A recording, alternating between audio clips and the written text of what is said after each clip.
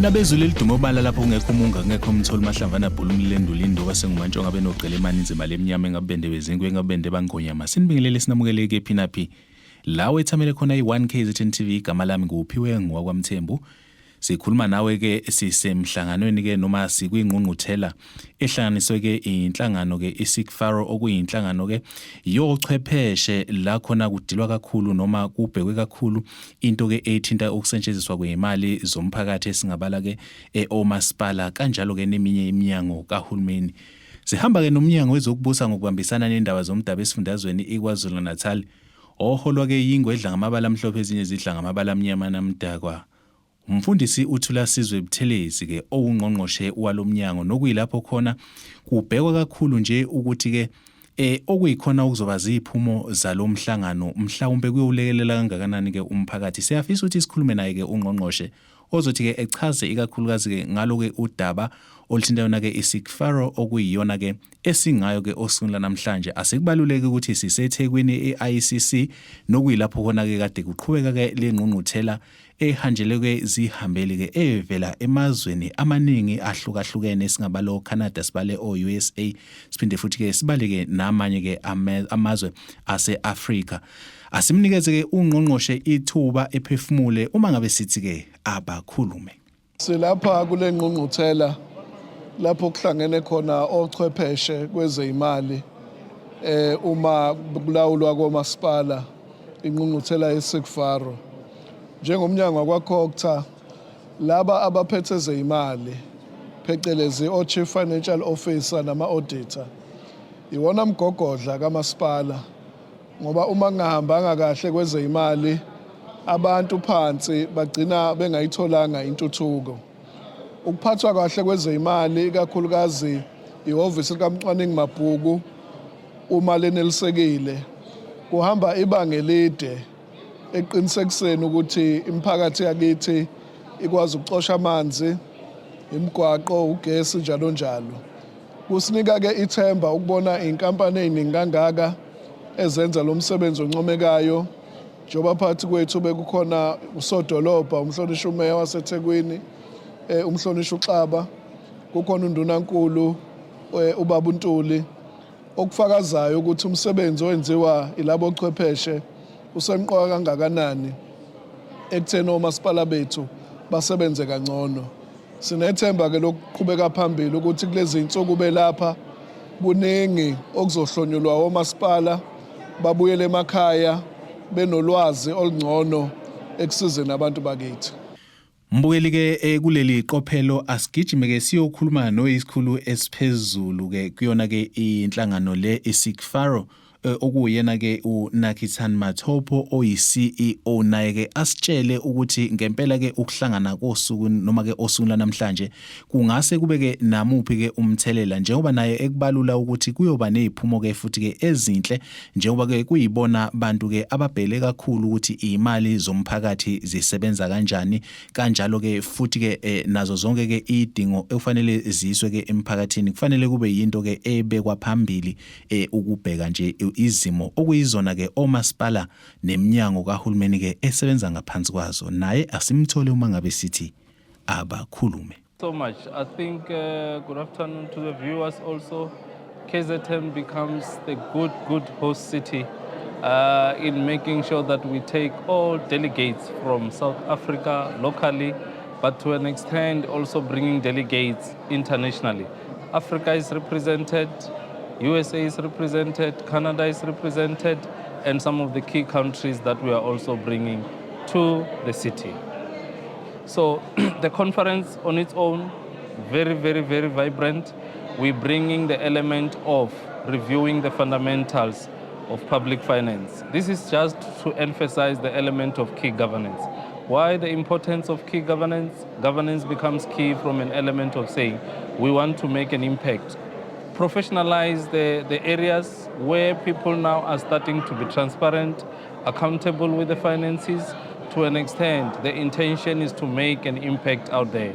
If all of those monies that are being spent or misused, the emphasis is on making sure that probably if we can focus on governance aspects, then those things can be transformed. We educate, train, professionalize and make sure that all the practitioners are equipped to make sure that when they go out there, they bring change to the processes. The real impact is on service delivery, because our intention is to say, out of all of those aspects or projects that are planned for, they should be effectively be delivered. And this is why we are bringing this transformation, an element of professionalizing from finance practitioners, auditors, risks. They are all gathered here to do the same.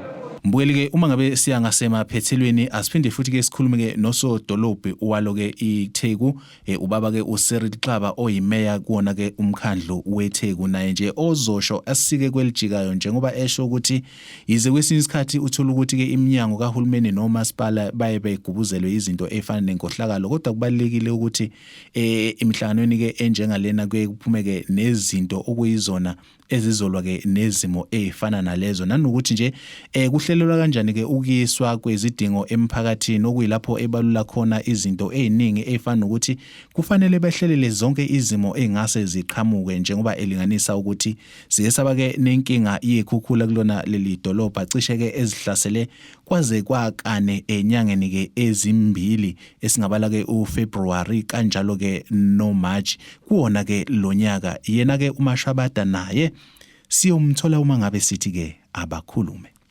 Namhlanje sihlangene lapha e-ICC eThekwini, sihlanganiswe inkampani enkulu i-Chartered Institute of Government Finance Audit and Risk Officers, and la municipal managers, kunama-CFOs, kunabantu abakwi-audit and risk, and so abantu laba babalulekile ekumanejweni, ekuphathweni kwezimali zikamasipala, and not only ukuphathwa kwemali zikamasipala ngoba sifuna nje kuphela ukuthi kuphathwe imali kube nama-clean audit kodwa i-service delivery ingabonakali. Ngokunjalo-ke babheka kuloko okubalulekile between ukuphathwa kwemali ne-service delivery i-accountability, ukuthi mina njengomeya wedolobha kumele ngikwazi ukusho ukuthi kubantu mangiqoqa imali kubona, and ukuthi isenti nesenti leyo mali yini that has been able to buy for the community that I represent. So this is a critical moment, because I also look at the risk as well, because awukwazi kuphela ukuphatha imali wenza service delivery and you don't plan for risk. Imaphi ama-risk azokwenzeka and imaphi iziphi indlela ama-steps ofanele siwathathe to mitigate the risk. In eThekwini is floods.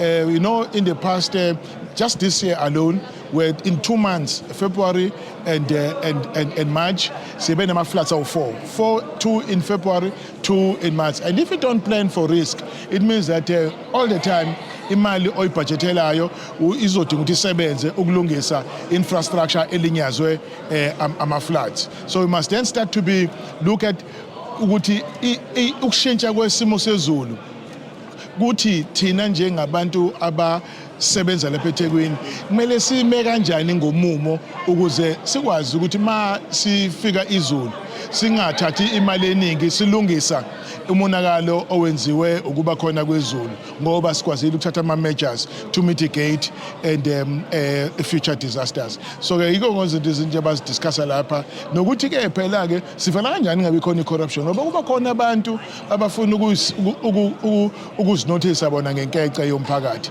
Ezinye izinto abayixoxelana-ke siyabasupporta, siyabalekelela, and ukuthi as a city, as a municipality or as a government as a whole, siyakha kanjani sibe ne-ethical government, abantu who abahloniphayo imali abayiqoqa emphakathini. Every single set must go to deliver ama-services, ngoba abantu imali esekoyisebenzele kanzima le siyabonga kube ingxenye yalo mbutho.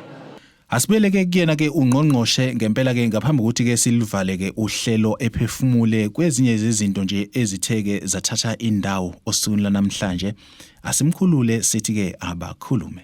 Unomasipala abayi-13 abachonywe uphaphe legwalagwala kuzwelonke bathola imiklomelo kuleli sonto eliphelile, esingabala phakathi kwawo uKing Cetshwayo District, Sibalulundi, eThekwini Metro, uMshwathi, uMlalazi nabanye omasipala abaningi obekunconywa igalelo lokuphatha kwabo ezeyimali, ikakhulukazi ukuthi uma umcwaningi mabhuku ehlola alukho ugcopho alitholile. nanokuthi benze lokho okuthiwa ama-funded budget. Ngamanye amazwi abathembisa into abangeke bayenze. Lokho-ke kusinika ithemba ukuthi ukusebenza komasipala basebenza ngobuqotho nangeqiniso ekusizeni imiphakathi yakithi. Iyanena bakasuka Singungubele nyaka nasiboba umuntu yakuzizwa indaba. Usikhipha phambili kuleleni ixhoxeni kwaceza undaba uhlome ehlathini njengeyohlanya umphanyela ngalingakaphumi kwanduno lathi maliphuma laliphuma nengazi zamadoda. Siliguqisa kanjalo uhlelo besithi abakhulume sihamba ke nomnyango wezokubusa ngokubambisana nendaba zomdabu kulesi fundazwe. Igama lami nguphiwe ngwakwamthembu uncedi inyoni encane yasha amaphiwe yandiza. Ngivumeleni ngiguqe isiguqeni sonke siyothi sukuma kube kusolizayo inkosi inibusise.